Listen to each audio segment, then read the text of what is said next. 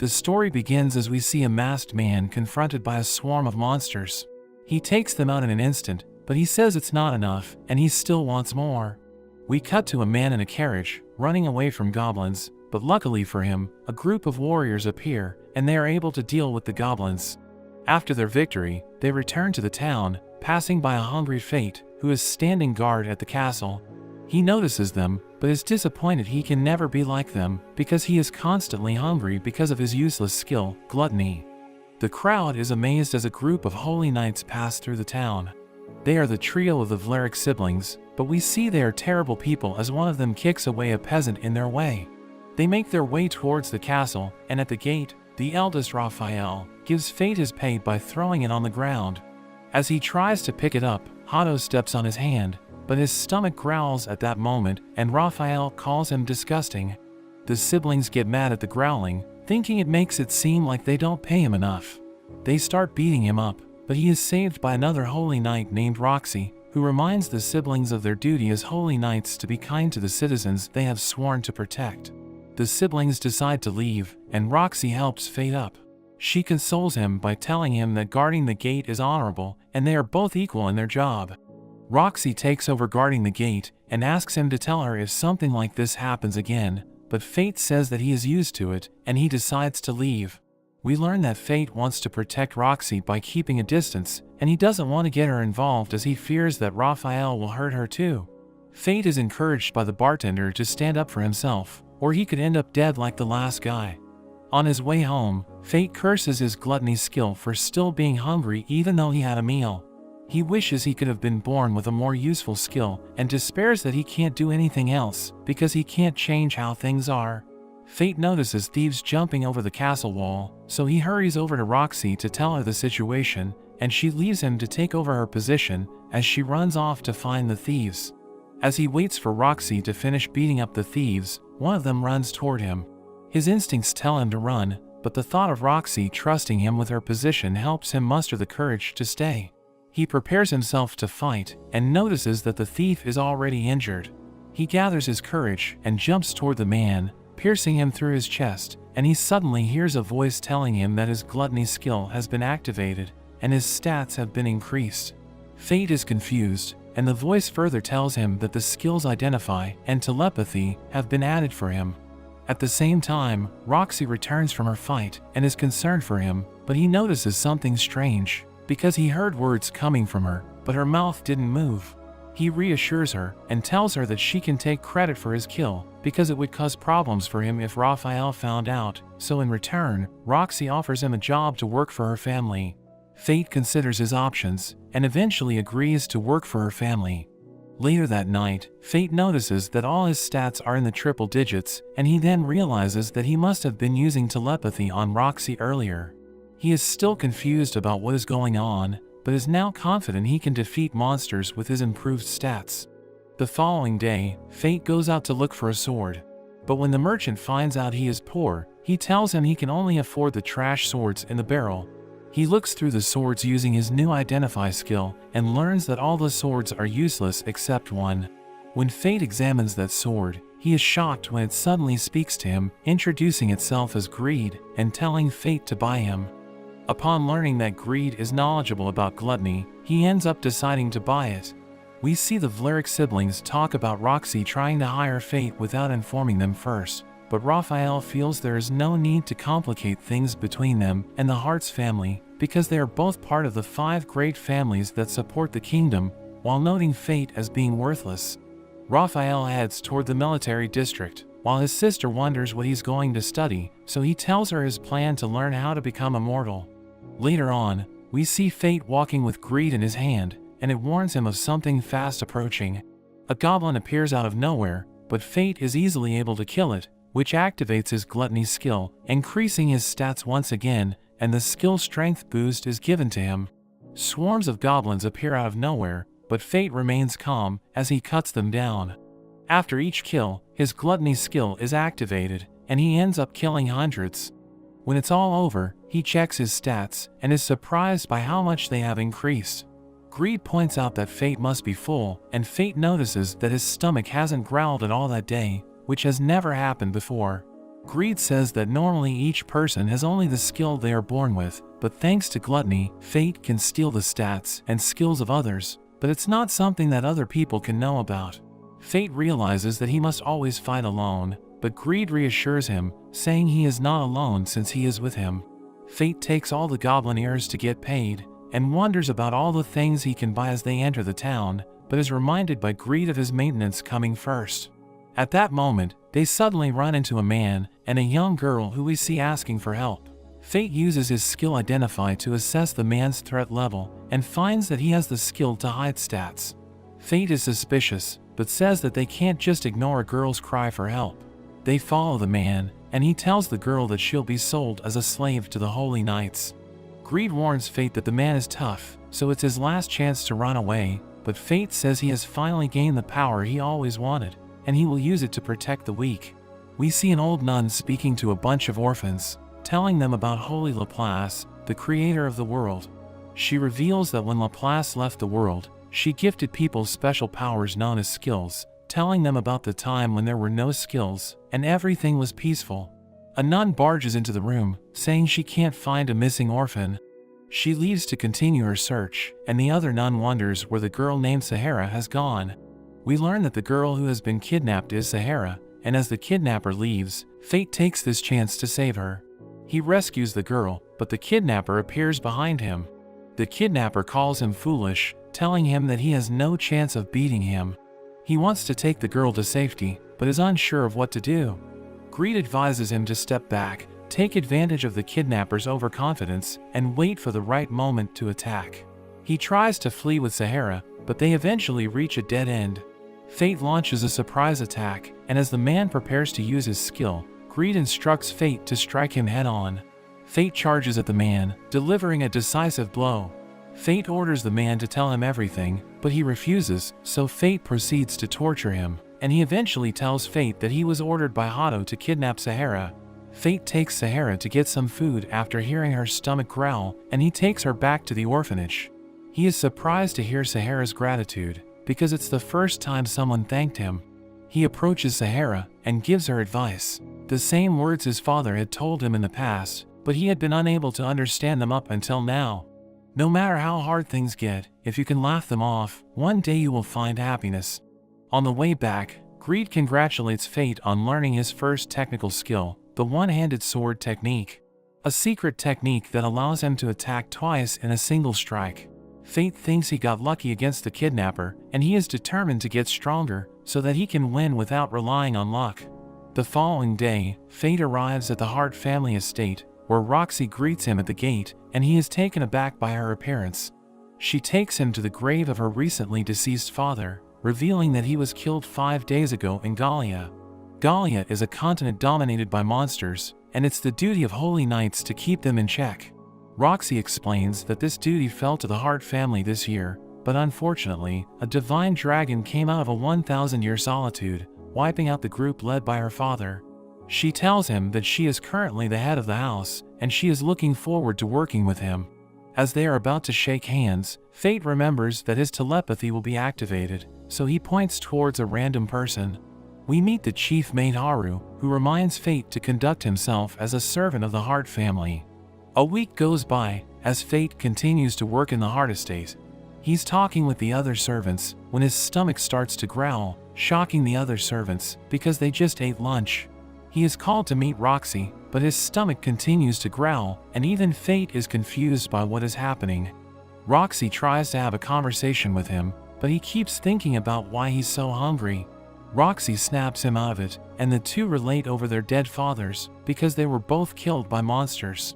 She considers him as a member of the family, causing him to become flustered, but he suddenly loses consciousness. He wakes up in his room, where he sees a note from Roxy, telling him to take the day off. Fate questions Greed about his hunger, and Greed reveals that it is due to gluttony. The more souls Fate consumes, the stronger he'll become, but at the same time, his desire will also grow stronger, and he is destined to seek out souls to consume, until the day that he dies. Greed tells Fate that when his hunger is at its limit, it will show in his eyes, and he realizes that his eyes are red. Fate goes outside, and walks by a group of people, thinking they smell delicious, as Greed explains that his hunger boost has kicked in because his hunger is at its limit. Greed explains that it's a temporary power that helps him hunt prey, and the prey can be tracked by scent, saying weaker prey will be paralyzed by fear. We see them go outside the kingdom and find several goblins terrified. Fate massacres all of them and heads towards the hobgoblin forest. He continues to kill for several hours until his hunger is finally satisfied, but a goblin king appears out of nowhere and he uses his identify skill. We see that they're both almost equal in terms of stats, but the goblin king has a health regeneration skill. Fate goes after the goblin king and is disgusted to see the goblin devour a human. He launches a surprise attack, slicing off its arm, and the fight goes on, but all he can do is dodge its attacks. Greed tells him to attack, so he charges in, managing to overpower it, and he lands the finishing blow. Fate's stats increase significantly, and he gains the health regeneration skill. Greed reveals that with Fate's current stats, he can unlock Greed's first level in exchange for his stats. Greed explains that the first level will give him new functions, but Fate is shocked to learn that he needs to hand over all the stats he gained since they met. Greed reveals that Fate will lose the right to wield him if he doesn't unlock him, so Fate agrees to do it. He begins the process, and Fate can feel his power leaving his body as Greed transforms into a magic bow. He tells Fate that there is a goblin watching them, and he teaches Fate how to use the bow, which creates magic arrows when the string is pulled, telling him that he can aim wherever he wants, but the arrow will always hit its target. Fate takes the Goblin King's ears, and he leaves it at the orphanage door, as he believes that they need it more. The next day, Fate stops an intruder, but turns out it's Roxy dressed up as a peasant, trying to secretly go to town for inspection. She brings Fate along with her, and on the way to town, she asks Fate to show her his sword, but he's afraid that she might figure something out after she sees it. The sword slips from his hand, and Roxy catches it, but fortunately doesn't notice anything. She tells Fate that the sword needs some maintenance, saying she will take him to the Hart family's blacksmith. They finally reach the town, and are standing at a stall, when everyone tenses up as a holy knight approaches. Fate's stomach growls at the worst possible time, angering the holy knight. The knight tries to step on him, but Roxy stops him, catching everyone's attention. Everyone is looking at Roxy, trying to figure out if the peasant girl is actually Miss Roxy. Greed tells Fate that if they act as a couple, no one will think that the peasant girl is actually Roxy. Roxy overhears this plan when Fate replies to Greed, thinking it's a good idea, so she goes along with it, and they start acting like a couple, convincing everyone that the girl is not Roxy. While everyone is distracted, they both slip away, and they hide in the corner.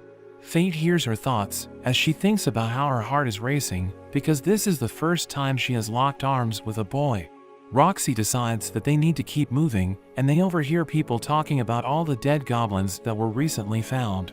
The rumors are that it was done by a wandering monster, but it doesn't explain why the goblin ears were donated to the orphanage in the slums. She asks Fate to take her where the warriors gather, saying she wants to investigate the wandering monster. Fate takes Roxy to the bar, where the bartender reveals that he has heard about a warrior who struck gold when he found a mountain of goblin corpses with their ears still intact. Roxy believes that it must have been a monster from a different region, and the bartender thinks this is bad for business because a lot of merchants travel through those goblin plains, so people won't travel because they fear that a monster might attack them. An old man enters the bar, and he joins the conversation, telling them the monster is a lich, which is why the holy knights are directly dealing with him. A group of warriors enter the bar and tell Roxy to join them for fun. Roxy pushes the man lightly, but he is sent crashing to the other side of the room, and they realize that only a holy knight can have that much power. Roxy finally reveals her identity, and the warriors apologize, trying to give her all the money they have. But she rejects it, telling them not to fear the holy knights, as she reveals that she dreams of a world where commoners and holy knights can laugh together. They go to the blacksmith, who finishes maintenance on Greed, so he now looks like a new sword. While going through town, Roxy explains that she didn't know about the hunt because it's being led by the Vlaric family, and they simply didn't tell her. We see Hato holding a child, explaining that he is simply taking a lost child into protection, but Fate takes the boy away, and Roxy tells them that they will take care of him. Roxy asks Raphael why she was not informed about the hunt, and he says that he didn't want to bother her, as she must have been busy mourning her father, The Vleriks decide to leave, while Fate and Roxy take the boy to find his mother, allowing him to reunite with her.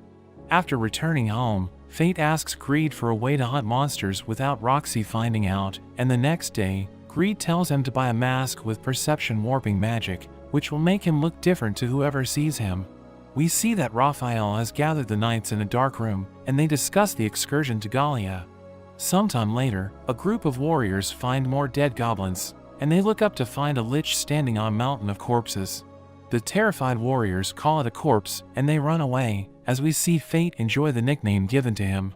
The next day, Roxy goes up to Fate and tells him to go with her, because she has a secret mission for him.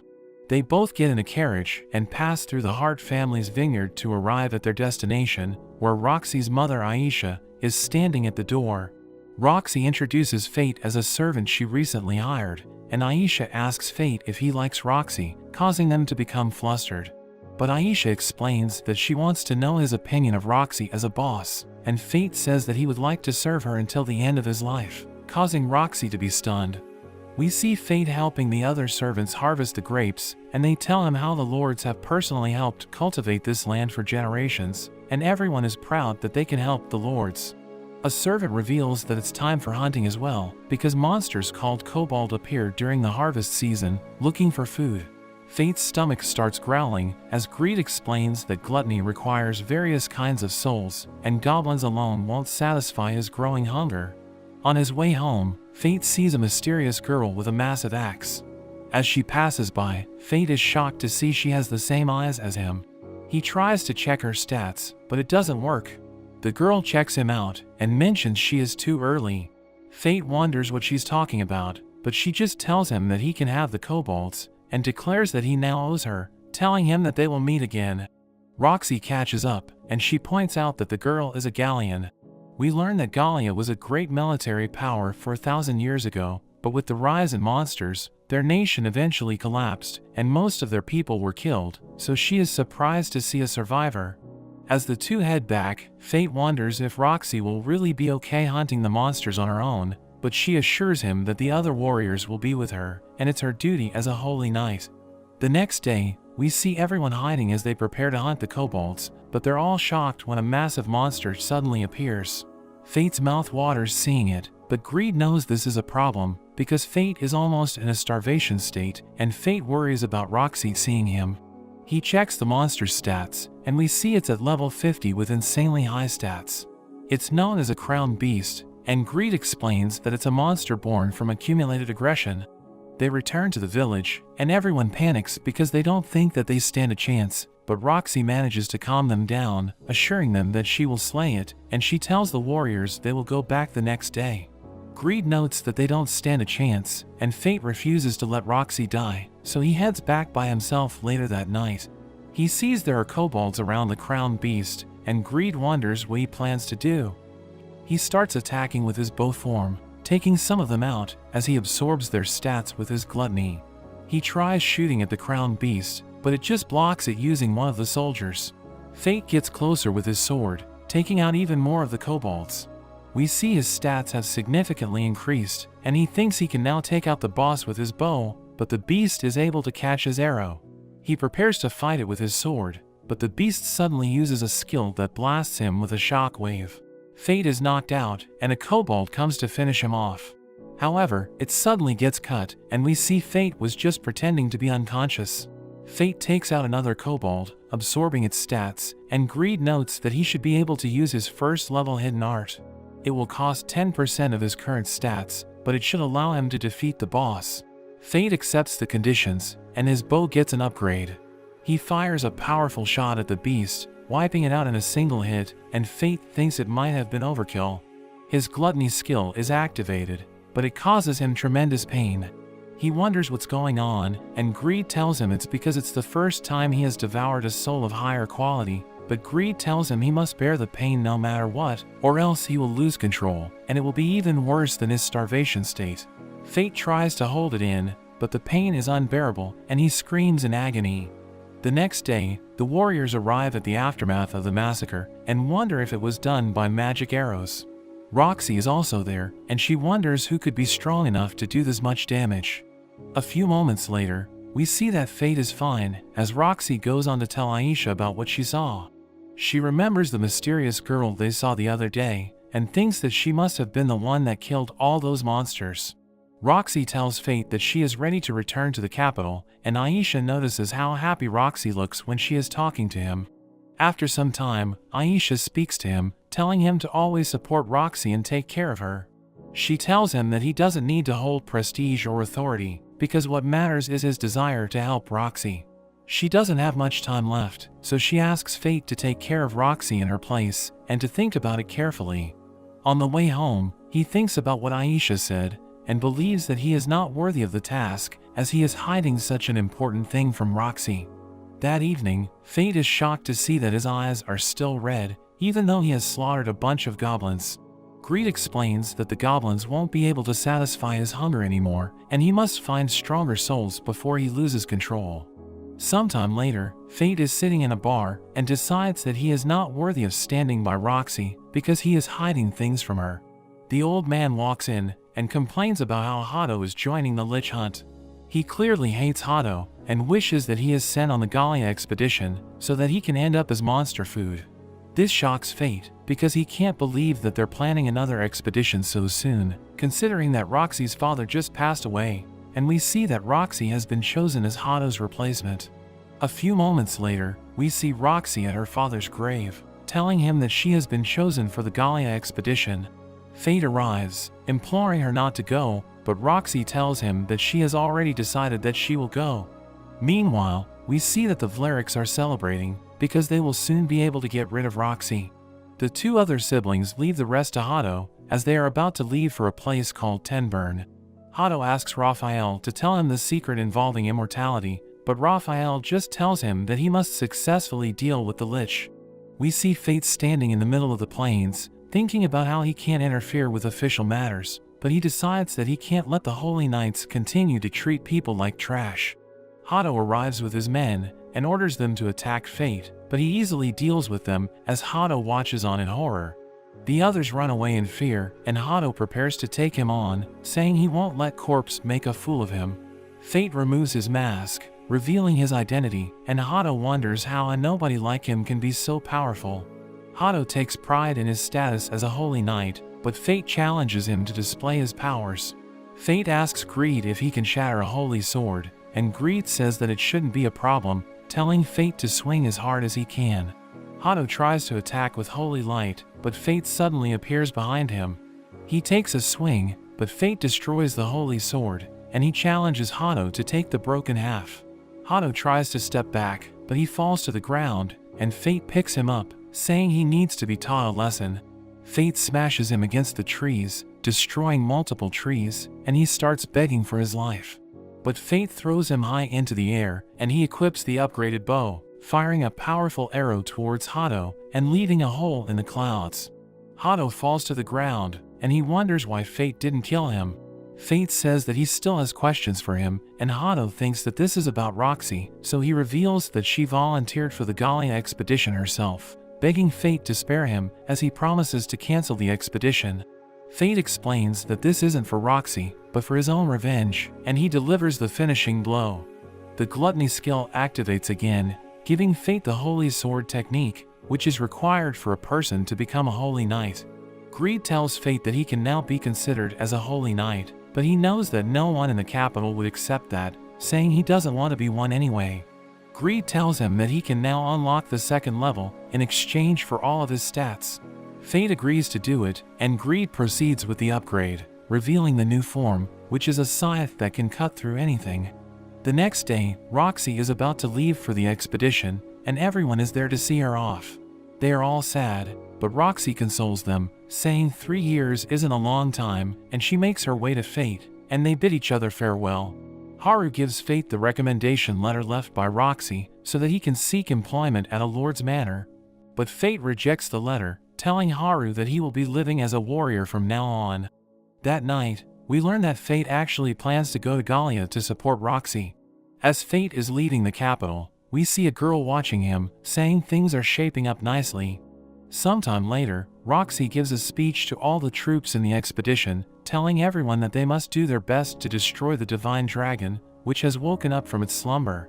Roxy is glad to see that a girl named Mia and a man named Mugen will be joining her. Mia calls Mugen an oddball for wanting to test his strength against a divine dragon, but Mugen explains that he volunteered because of Roxy's father and wants to avenge him. Roxy asks him if his family is against him going to Gallia, but he says that his daughter couldn't care less and only wants him to bring back Gallian relics. We see that Mugen's daughter Rain is working as a researcher in a lab filled with the goblins that Fate killed. She discovers that some of the wounds were from the magic arrows of the Black Sword, one of the weapons of mortal sin.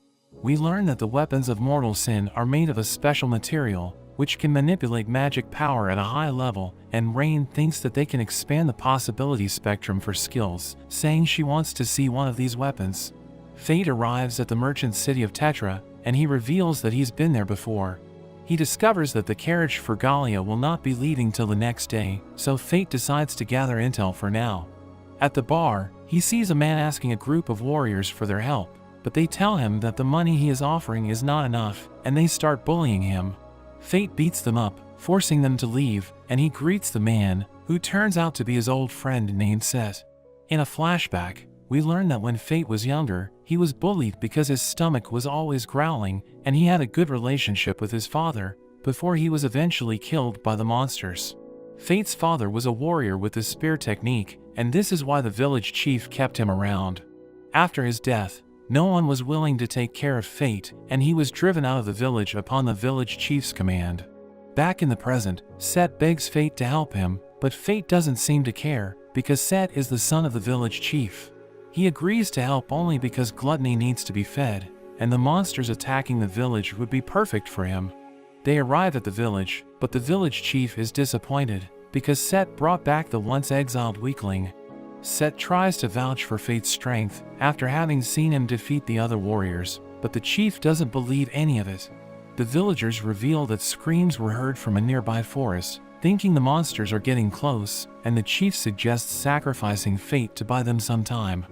At Set's house, Set tells Fate about his wife being killed by the monsters, and that he regrets growing up thinking that his father was always correct, explaining how he finally got his act together when his daughter was born.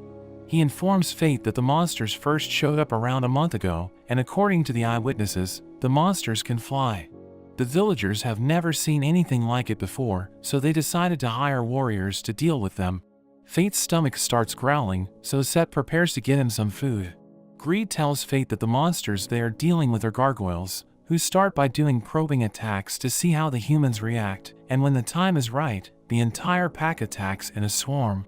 Set's daughter gives Fate a candy, which he eats, but he suddenly collapses. Set and his daughter wonder what just happened, and Set's daughter reveals that he just ate the candy that Grandpa had given her. Greed thinks that the candy was poisoned, and that the village chief was serious about using Fate as a sacrifice. Set tries to wake him up, but to no avail, and he realizes that the gargoyles are approaching the village. The gargoyles attack, setting the village on fire and eating the villagers. Fate is still unconscious because of the poison, so Set creates an antidote, and he gives it to Fate, allowing him to recover. He realizes that they're under attack, so he rushes outside, and he sees the village in ruins. He checks the gargoyle's stats, and we learn that it has a skill which allows it to launch fireballs. Greed transforms into a scythe, as the gargoyles combine their powers, allowing them to launch a massive fireball. But Fate throws his weapon, slicing through the fireball, and it pursues the gargoyles, wiping them out. The scythe returns to Fate, and he acquires the fireball skill as the leader of the pack appears before him. He checks its stats, and we learn that it has the fireball skill, as well as the ability to resist fire. Greed thinks that it will try to launch fireballs at a close range, so as the gargoyle charges at Fate, preparing to attack, he delivers a devastating blow, slicing it in half, and killing it instantly. The next day, we learn that the village has been completely destroyed.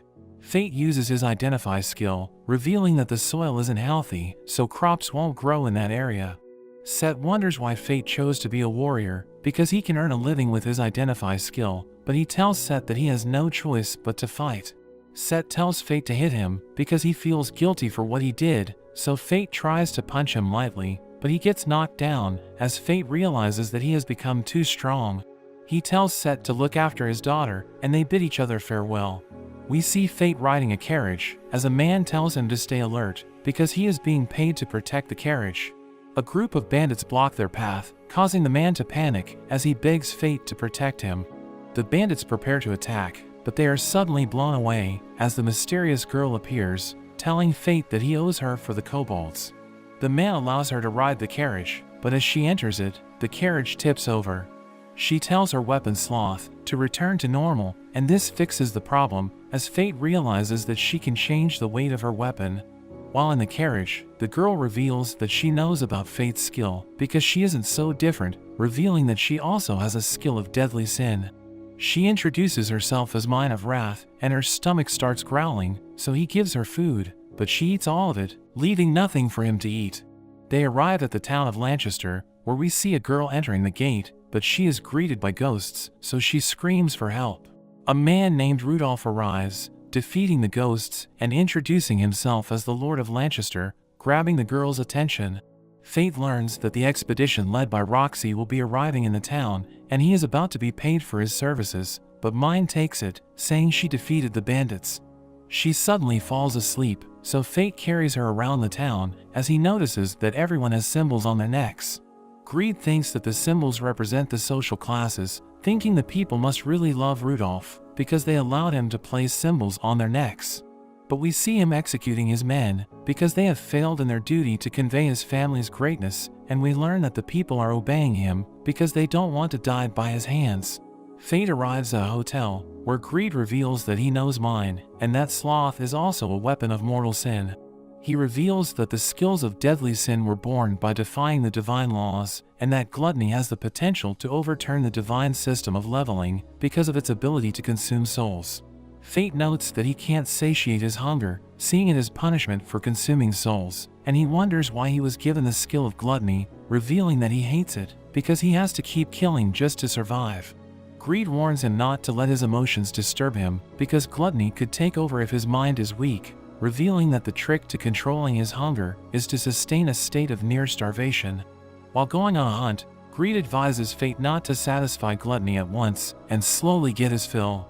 A Sandman appears, so Fate uses his bow, and he casts Fireball on the arrow before launching it at the Sandman, killing it instantly. Meanwhile, Mine wakes up, and she grabs something to eat. She learns about a creature known as the Sand Golem, which is threatening the people in the town, and it has a bounty of 100 gold. Fate continues to hunt Sandman, and he feels the presence of a powerful monster, realizing that it's time for the main dish. We see a group of warriors struggling against the Sand Golem when Fate joins the battle, saying he will take care of the monster. He checks the monster's stats, and we learn that it has the ability to create sandstorms. He launches a fire arrow, and he charges in, but the monster manages to push him back. It uses its skill, creating a sandstorm, but Fate transforms his weapon into a scythe, using it to launch an attack, which overpowers the sandstorm, destroying the monster's body. The monster's core tries to escape, hiding in the sand, but Fate uses his bow, launching a powerful arrow, which chases the core, destroying it in an enormous explosion. The next day, Fate receives 100 gold for defeating the Sand Golem, but Rudolph suddenly appears, telling Fate to serve him, as he explains that Fate has no right to refuse, because his decision is final. Mine tells him that Fate belongs to her, but he calls her a child, so she hits him, blowing him away. Fate knows that they're in trouble, so he tells Mine that they should leave the town. They ride the carriage, as Fate wonders why Mine eats a lot, and she reveals that anger burns plenty of calories. He tells her that despite her appetite, she isn't growing at all, causing her to become upset, so she activates Sloth, but she ends up breaking the carriage. As the owner fixes it, Fate enters a village, and Greed notes that there are plenty of monsters in the area, so he thinks that someone is protecting the village. He encounters the village chief named Aaron, who is revealed to be a holy knight. He knows that Fate wants to stay in the village, and he challenges Fate to a duel. Fate tries to check his stats, but he recognizes the Identify skill, revealing that he can also use that skill. They exchange blows, and Aaron manages to defeat Fate, but he decides to let him stay, under the condition that they train together. He knows that Fate isn't used to his powers, so he will benefit from their training. He ends up accepting the condition, and Mine appears, grabbing Aaron's attention, because he can already tell that she's a skilled warrior. He allows them to stay in the village, and we see him with Fate, training him how to fight hand to hand. He struggles to hit Eren, but he enters half-starvation mode, improving his speed, and allowing him to keep up with Eren's moves. That evening, we see Eren staring at a nearby castle, as Fate sees a photo of Eren's family. Greed thinks that Eren's son looks like Fate, thinking his family has something to do with why he became the village chief. The next day, Eren tells Fate to protect himself with a twig, and Eren charges at him. But he predicts the sword's movement, and he lets the twig slide along the blade, allowing him to deflect the blow. Eren is impressed, saying Fate has improved, and that evening, Fate tells Eren that they will be leaving the next day, thanking him for his hospitality. He observes that Mine is too busy eating, and she reveals that she can't taste her food, as Greed mentions that this is the punishment for wrath. Eren stares at the castle, and he reveals that it once belonged to him. We learn that while he was away from the castle, it was attacked by monsters, so his son Rook tried his best to defend, but he ended up dying. The Lich Lord took over the castle, and Eren knows that his family is still trapped there. Fate thinks about going there, and Eren decides to join him, while Mine agrees to protect the village if they pay her 50 gold. They make their way to the castle, where Fate shoots a skeleton, turning it into stone, as he reveals that he used Sandstorm with his arrow to petrify the target. They head deeper into the castle, destroying the skeletons along the way, and they enter a room, where Eren is surprised to see his family. They tell him that they've been waiting for him, and he thinks that they're still alive. But Greed reveals that they're already dead, and the Lich is using illusion magic to make them look alive. Rook suddenly attacks Eren, but he manages to block it, pushing Rook back. Rook says that he despises Eren because he abandoned his family to work in the capital, and Rook blames him for what happened to them. Fate thinks about using his scythe to dispel the illusion, but Greed reveals that if they do this, Fate will end up consuming the souls of Eren's family, sending them to an eternal hell. Eren says that he will take care of his family, and Fate decides to look for the Lich. He eventually finds it, realizing that its stats are ridiculously high. He manages to break its arms, but it summons a group of zombies, who are begging Fate to save them, but he knows that he can't attack them. Eren joins the fight, taking down the zombies, and he sees his wife, recalling the last moment he spent with his family. We learn that they didn't want him to go, but he promised to return after his mission. He blames himself for what happened to them, because they wouldn't have died if he had returned sooner.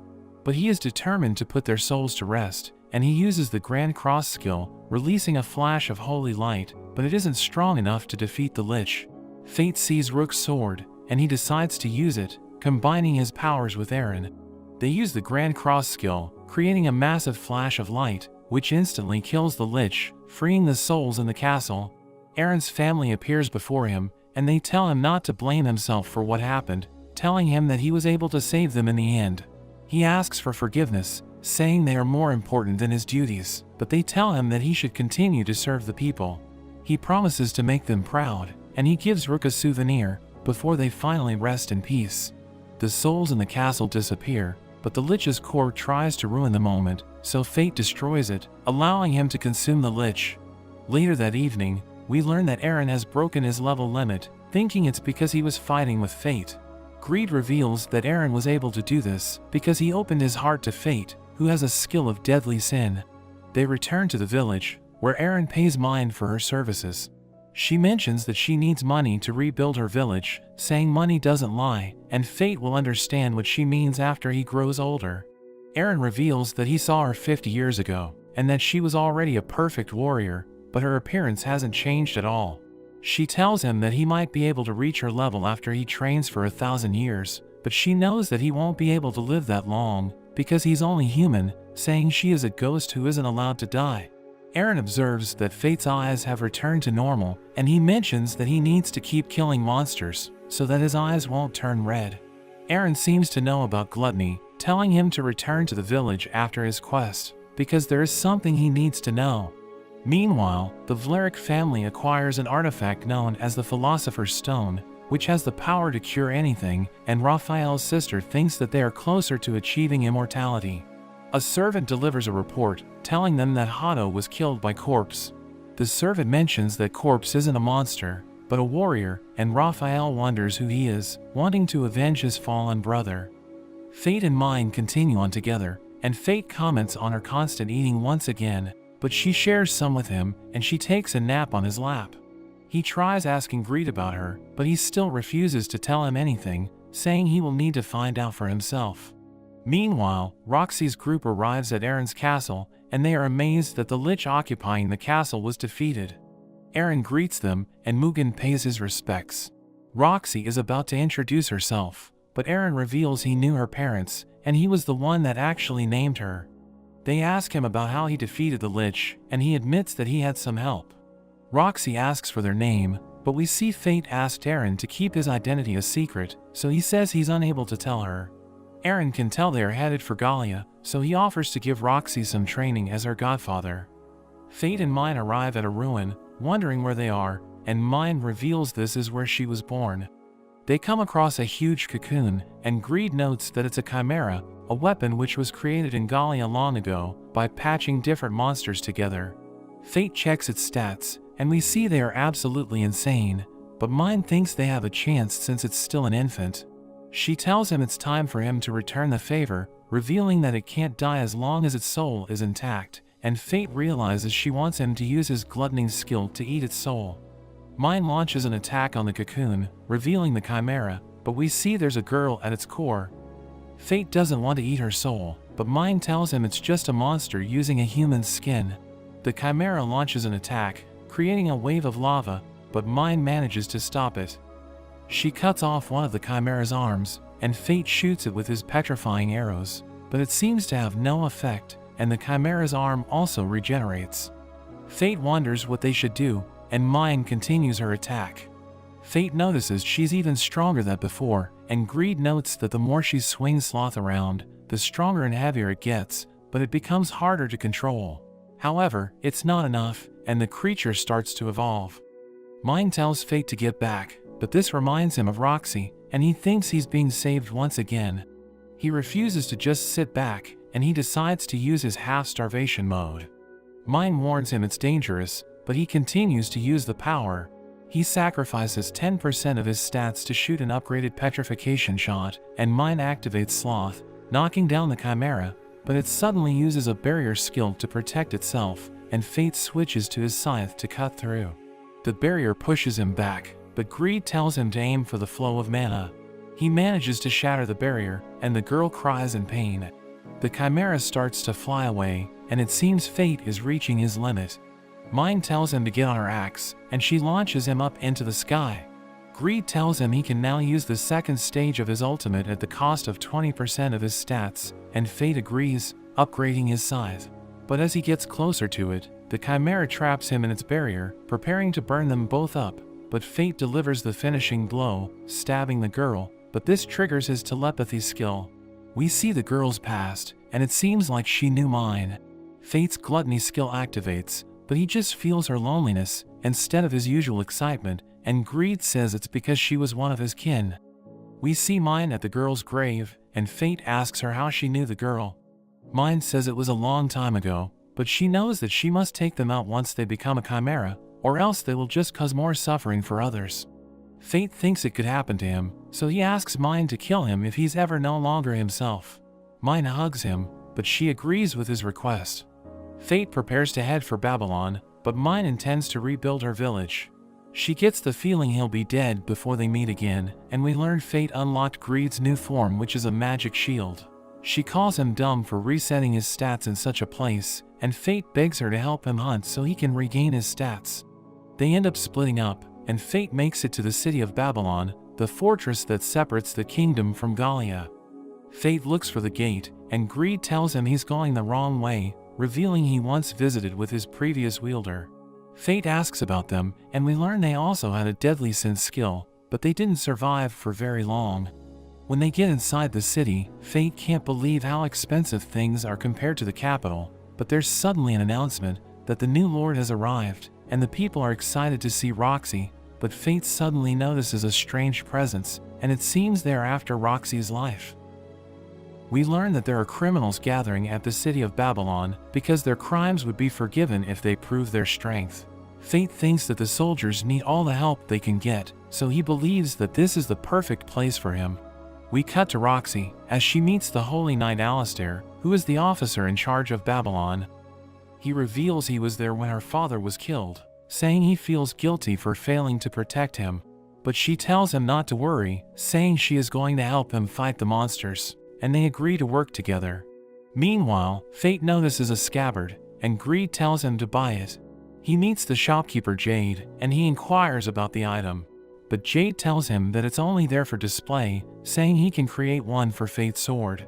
Fate shows him Greed, and he thinks that the sword is amazing, saying he can create a scabbard for 500 gold. But Fate can't afford it, so he decides to leave, and he complains about how everything is so expensive in the city. A band of warriors call out to him, and they are about to invite him to join their party, but they think that he looks weak, so they decide not to work with him. While going on a hunt, Fate notices something in the air, as Greed explains that the spores in the area are toxic, advising him not to inhale it. He encounters a group of orcs, so he prepares to take them on, but the warriors suddenly arrive, and they start killing the monsters. But he sees another group approaching, thinking they are planning to surround the warriors, so he charges in, as they fire arrows at him. But he uses Greed's new magic shield form, destroying the arrows, as Greed claims he can withstand any attack in this form. He advises Fate to rush the orcs, so he dashes forward, blocking their attacks, as he rams his shield into them, taking them all out in an instant. After the fight, he wonders why his gluttony skill didn't act up, because he usually struggles after consuming plenty of souls, thinking it must be because of his training with Aaron. He goes to the exchange, planning to sell his loot, but the warriors accuse him of stealing, saying the goods belong to them. He tells them to back off, but they continue to pester him, threatening to kill him, so he beats them up. He receives 100 gold for his loot, and at that moment, Roxy enters the room, asking him if he's responsible for the mess. But he explains that he acted in self-defense, and she feels responsible for being unable to maintain the order in the city, so she decides not to punish him. But she tells the warriors that they are going to spend the night in prison, saying they should reflect on their actions. Mia tells Fate to remove his mask, but Roxy tells him that it won't be necessary, as she inquires about his identity. He tells her that his name is Corpse, and she finds him strange, advising him to take care of his appearance because he looks like a mess. We see him walking around the city, and he is glad that Roxy wasn't able to recognize him, but he thinks about his appearance, thinking he can't afford to clean himself up. But at that moment, Jade approaches him, revealing that he has just opened his shop, and he tells Fate that he has an offer for him. He takes Fate to his shop, saying he knows what happened in the exchange, so he sees potential in Fate, asking him if he can wear a suit of armor for advertising. He agrees to work with Jade, so he gives Fate a suit of armor, saying he can have it for 80 gold. He is surprised that Jade is charging him for this, because he thought that it's free, but after seeing his reaction, Jade agrees to give him a discount. While walking around the city, Fate notices a group of people gathering at a tavern, so he decides to check it out, but he gets a strange feeling as he sees a girl. The girl approaches him, telling him that she's been waiting for him, and she already knows who he is, introducing herself as Eris, the sin of lust. They spend time together, as Fate notes that he's getting a strange feeling whenever he looks at her. She explains that this is a side effect of her lust skill, revealing that people fall in love whenever they look at her. She reveals that she has been watching him for a long time, knowing he defeated the Chimera, but she tells him that there are more Chimeras in Gallia, and she thinks that the Holy Knights aren't strong enough to defeat them. She tells him the reason why she's been waiting for him, revealing that she is a guardian of the kingdom and she is working towards a better future. She says that Roxy's death would benefit the kingdom, telling him that she needs to die in Gallia, but he becomes upset, wondering if she plans to kill her. Eris explains the phenomenon of aggression, saying a monster's hatred lingers after it dies, and it accumulates over the years, until a crowned beast is born. She tells him that this can also occur for humans, explaining that the people hate the Holy Knights, and Roxy is the only one they love. So her death would accumulate more aggression, and this would give birth to a powerful human, who will serve the kingdom in the future. But Fate doesn't want her to die, so he becomes furious, and he decides to leave. However, Eris notes that the plan is already in motion, and nothing can stop it. We see Roxy fighting the orcs, and they appear to be winning, but we see Alistair staring at Roxy, and it looks like he's up to something. Alistair reports that they have lost contact with the material gathering squad at the Great Canyon in Gallia. Roxy worries for them, so she immediately orders a rescue mission. Meanwhile, Jade tells Fate about the Duskstone material needed for his scabbard, but notes that he's run out of it. Greed suggests finding the Duskstone themselves, and we learn that it can only be found in Gallia. Jade marks a map for them, and they prepare to head off. Along their way, they come across more orcs, but Fate easily runs through them with his shield. We see Roxy's group heading to the Great Canyon, but they seem to have trouble navigating, because compasses don't work in Gallia. However, Roxy notes that they can approximate their location by the concentration of orcs, because there's an orc colony near the canyon, so the more orcs there are, the closer they should be. Fate rests for the night, but he finds himself in a strange dream. He sees the girl from the Chimera, and she tries to tell him something, but he isn't able to hear what she's saying. Everything suddenly turns red, and his fallen foes emerge, dragging him down into the water. He wakes up from the dream, wondering what it meant, but he detects monsters approaching. Using his night vision skill, he sees 4 salamanders closing in. He shoots one of them with his petrification arrows, but notes that they are behaving strangely, because they would usually run after receiving such an attack, so Greed thinks they are being controlled. The salamanders arrive at Roxy's camp, and they surround them on all sides. The salamanders breathe fire, causing chaos, but Mia tries to fight back with her magic sword. However, it has no effect, and she is blown away. The salamander prepares to bite them, but Fate arrives just in time. He manages to take out the salamanders, and Roxy thanks him for saving them. Fate points out the markings on the salamanders' heads, and the others find it strange that 4 crowned beasts would be working together, and they seem to be targeting Roxy. They manage to make it to the Great Canyon, and they end up going their separate ways. Fate continues to explore, and he finds monsters that have been petrified. He sees Eris up ahead, wondering what she's doing there, but he loses track of her. He suddenly notices a chimera, but it doesn't move, and Greed notes that it doesn't have a core. However, there are 2 other holes in the wall, so it seems there are 2 other chimeras. The ground suddenly shakes, and there's an explosion over in Roxy's direction, so Fate rushes to find them. We see Roxy's group being attacked by the 2 chimeras, and Mugen gets hurt trying to protect Mia. Fate arrives to save them, shooting at the chimeras, and Greed notes that their regeneration is slower than the other chimera they fought. Fate tells Roxy about the chimera's weakness, telling her to aim for their core. They charge in together, and the chimera creates fire around them, but Fate has resistance against it. The chimera tries to protect its core, but Fate cuts its legs, creating an opening, and Roxy delivers the finishing blow.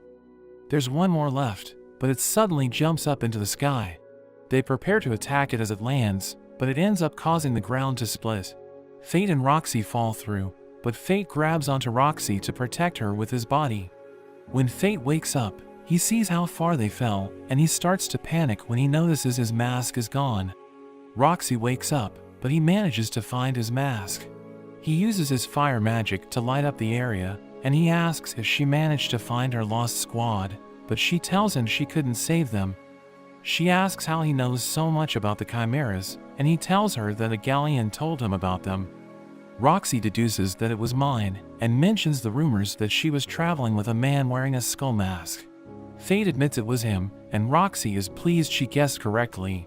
Fate gets embarrassed from her staring, but she mentions how he reminds her of someone she knows.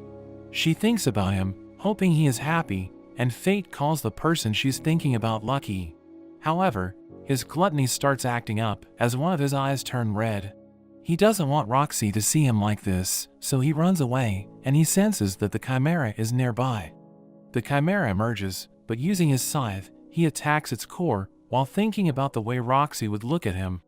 He takes out the chimera, but notices the same marking from the salamanders, so Greed deduces Roxy is being targeted, and Fate knows it must be Eris's doing. Roxy catches up with him, and they end up finding the Duskstone he was looking for. They return to the city, and Roxy challenges Fate to a duel, as Mia tells him that he has been causing trouble in the city. But he explains that he was just defending himself, saying there are people that are after him. Roxy tells him that she can't overlook his actions, saying he should join her army, because nobody wants to mess with them. but he refuses to join them, so she prepares to fight him, telling him to draw his sword, but he leaves it in the scabbard, so she thinks he's underestimating her. She tells him that she won't hold back, and they start to fight, as he wonders why he can't overpower her, because his stats are supposed to be higher.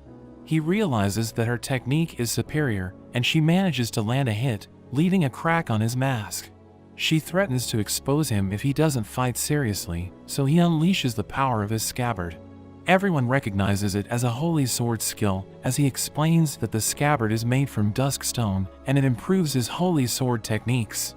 He charges at her, managing to overpower her, but as he prepares to end the fight, he sees the amulet she's wearing, and he recognizes it, causing him to become distracted. Roxy disarms him, allowing her to secure victory, but she wonders why he let his guard down. He refuses to answer her question, and she recognizes his fighting style, asking him if he learned it from Aaron. She reveals that she encountered him during her journey, and he mentioned a traveler who has immense power, wondering if he was referring to fate, but he tells her to focus on her mission. He talks to Mugen, telling him that someone was controlling the Chimera, and Mugen knows that it was using a monster as its core. He explains that his family studied Gallian technology, saying Rain is a gifted scholar, and Fate knows that chimeras are artificial creatures made in Gallia, so he wants to meet her. Meanwhile, we see Rain in the lab, as her colleague tells her about Raphael, saying he is studying the Philosopher's Stone. So she decides to look into it, and we learn that it grants its wielder extraordinary powers, but it completely dominates his body. We return to Fate, as he recalls his conversation with Mine, where she told him about the domain of E, saying he won't be able to defeat the divine dragon until he reaches it. He wonders how he's supposed to reach that level, but at that moment, everyone hears an alarm, as Alistair tells Roxy that the monsters are approaching the city. So she gathers her men, and they charge at the monsters, as Fate watches them from a distance, thinking she should be able to win the battle. But he sees a huge monster moving underground, and it's approaching her army, threatening to launch a surprise attack, so he decides to interfere. Greed transforms into a bow, and Fate uses his Gluttony skill to strengthen the arrow, allowing him to launch a powerful shot at a distance. The arrow pierces through the ground, and it hits the monster, forcing it to come to the surface. He lunges at the monster, and he uses his Identify skill, allowing him to see its stats. He realizes that it's extremely strong, and Roxy doesn't stand a chance against it. It summons an acid rain, so he defends using his shield, as Greed explains that it's using corrosion magic, advising Fate to be careful, because he will die if he touches it.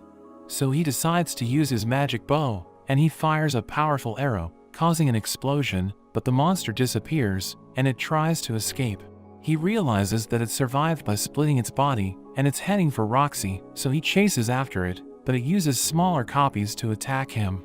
He uses his Grand Cross skill, destroying them in an instant, as he realizes that it's not behaving like a normal monster, so he thinks it's being controlled. He jumps into the ground, trying to look for the monster's core, as he charges up, preparing to launch his most powerful arrow. The monster appears, and he is about to finish it off, but before his attack could land, he sees bullets hitting the monster. The arrow causes an explosion, and a voice tells him that he has consumed the monster's soul.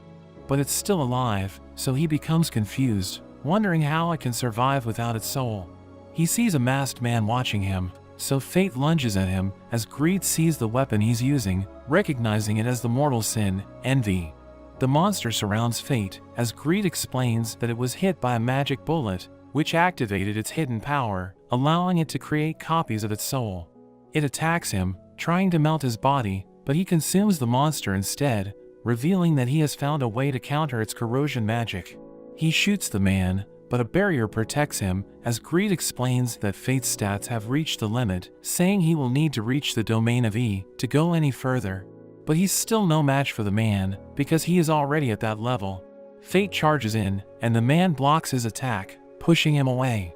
The man uses envy to fire magic bullets, and Fate tries to block it with his shield, but he still feels the force of the attack, causing him to cough up blood, as the man prepares to finish him off. He realizes that he needs to get stronger, and he bargains with his Gluttony skill, saying he is willing to do whatever it takes to break his limit, so he begs Gluttony to give him the power he needs.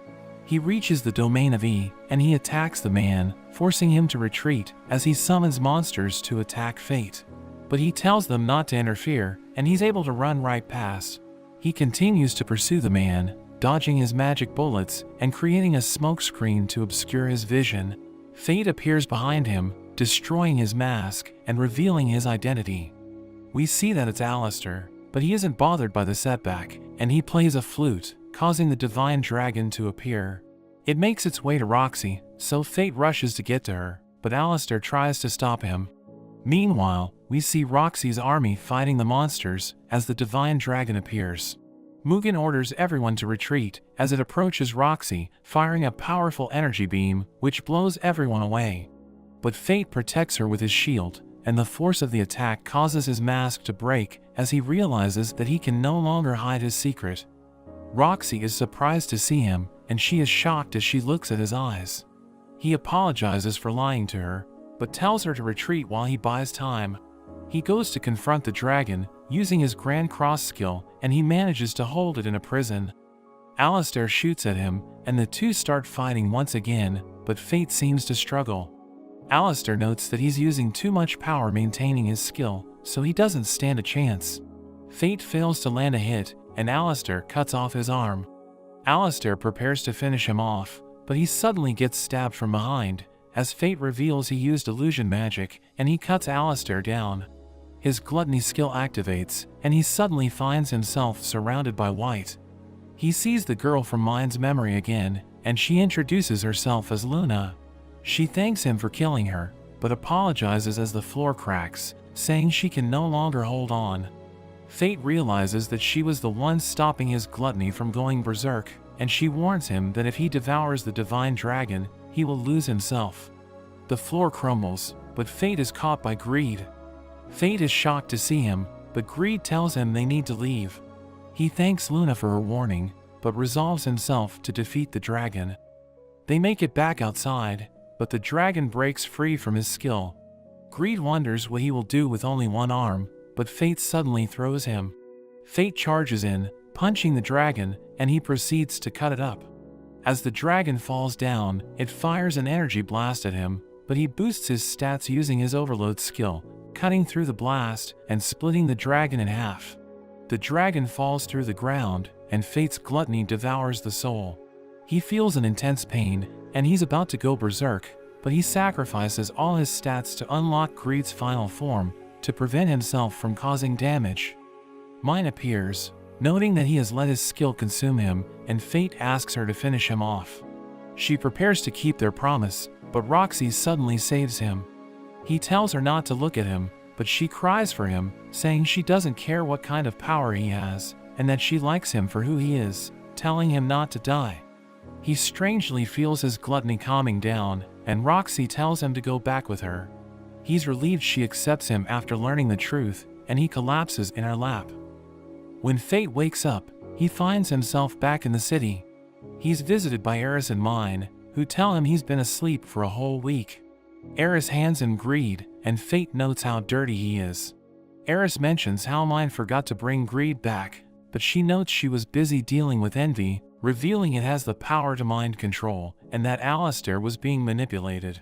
Fate wonders what she did with envy since it's indestructible, and Mine reveals she just threw it away. Eris notes that since the crowned human experiment using Roxy was a failure, they will need his help in the future, and Fate agrees on the condition she promises to leave Roxy alone. Eris tells him they should leave before Roxy gets back, saying it's dangerous for him to see her, because it seems just hearing her name makes his gluttony unstable. We see Roxy come to visit him, but he's already gone, and she finds a note from him. He explains everything about his skill to her, promising to return to her one day, and she thinks about how she always got courage from him. We see a flashback to when they first met. Fate is scared of her at first, thinking all holy knights are bullies, and she realizes how people see them. She's ashamed and apologizes to him, but his stomach growls, so she ends up giving him her food.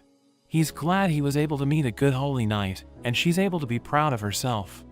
She wonders when they will meet again, and she promises to get stronger so she can protect him.